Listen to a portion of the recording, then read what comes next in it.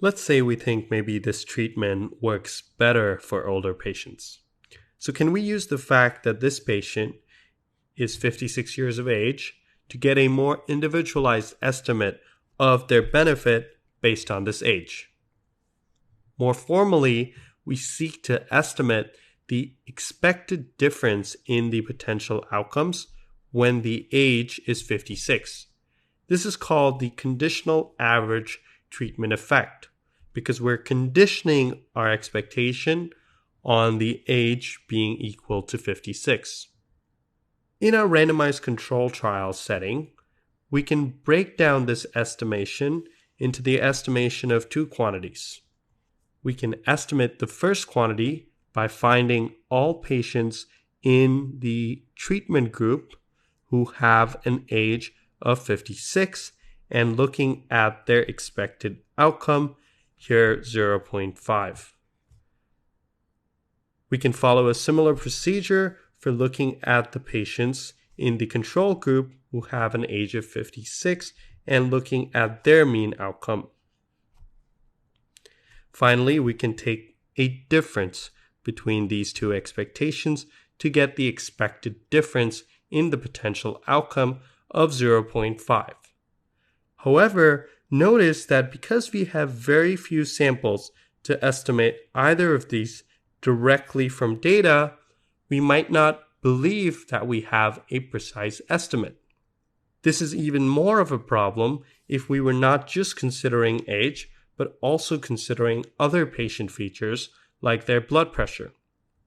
Once again, we can break down this estimation into the estimation of two separate quantities, and this time find that we have no patients in the treatment group with both the same age and blood pressure as the patient that we care to find the expected difference for.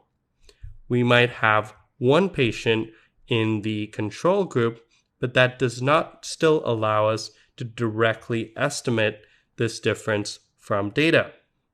Now, one solution to this problem could be that we could learn a relationship between age, blood pressure, and our outcome, and we could use this relationship to get estimates. To see how we can make this happen, let's first simplify the terminology. Let capital X represent the features like age and blood pressure, and small x represent the values these features take on. So small x might be here a vector that consists of 56 and 130, but if we had more features, then we could incorporate these into x. And so now we seek this conditional average treatment effect, which we can break down in the setting of randomized control trials to the expected outcome in treatment given these features minus the expected outcome in control given these features. Now we've seen in the previous example that we couldn't directly estimate this from data because we didn't find any patients who matched in all of the features. So instead we will use a function mu hat of 1 to be able to estimate this quantity. So mu hat of 1 will take in the patient variables and output the estimate of this quantity, and mu hat of 0 will also do the same, except it will do that for the control arm.